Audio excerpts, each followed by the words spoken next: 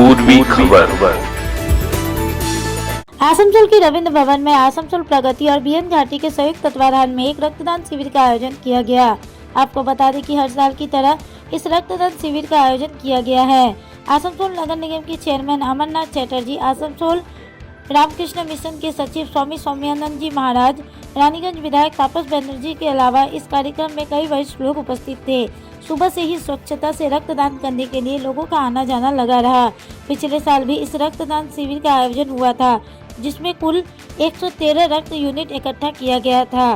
आयोजकों को उम्मीद है कि इस साल इससे बड़ी संख्या में रक्तदान इकट्ठा किया जाएगा।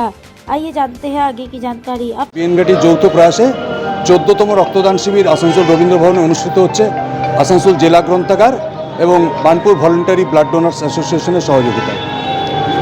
আমরা প্রত্যেক বছরই এই ফেব্রুয়ারি মাসে একবার আর একবার 1 জুলাই ডক্টরস ডেতে আমরা রক্তদান শিবির করে থাকি। 1 জুলাইতে আমাদের প্রগতির অফিসে হয়ে থাকে।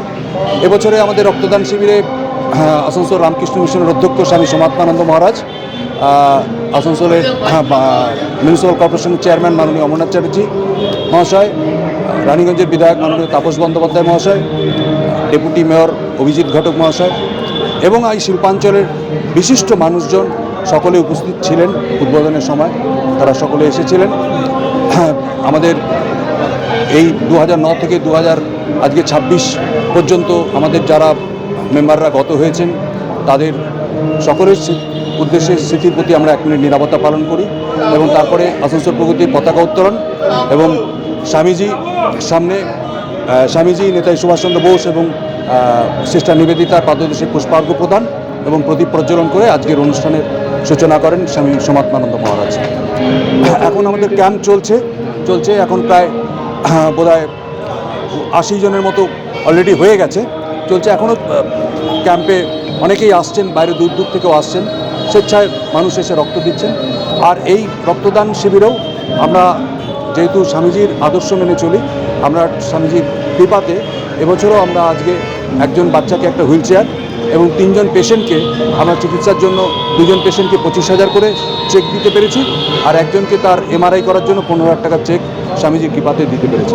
আমরা আসানসোল প্রগতি পরিবার আমরা চাই যে আমরা যেন সকল সদস্য যে আন্তরিকভাবে স্বামীজির যে কথাগুলো সেগুলো যেন আমরা হৃদয় নিয়ে চলতে পারি, বহন করতে পারি এবং আমাদের মৃত্যু দিন পর্যন্ত আমরা যেন মানব সেবার মধ্যে ডুবে থাকি। तक के लिए बस इतना ही। फिर मिलेंगे अगली खबर में। ऐसी और भी खबरों के लिए बने रहे हमारे साथ, देखते रहे पूर्वी खबर। हमारे चैनल को लाइक, शेयर, सब्सक्राइब करना ना भूलें और बेल आइकन को दबाना ना भूलें और देखते रहें पूर्वी खबर। पूर्वी खबर, नजर सब पर।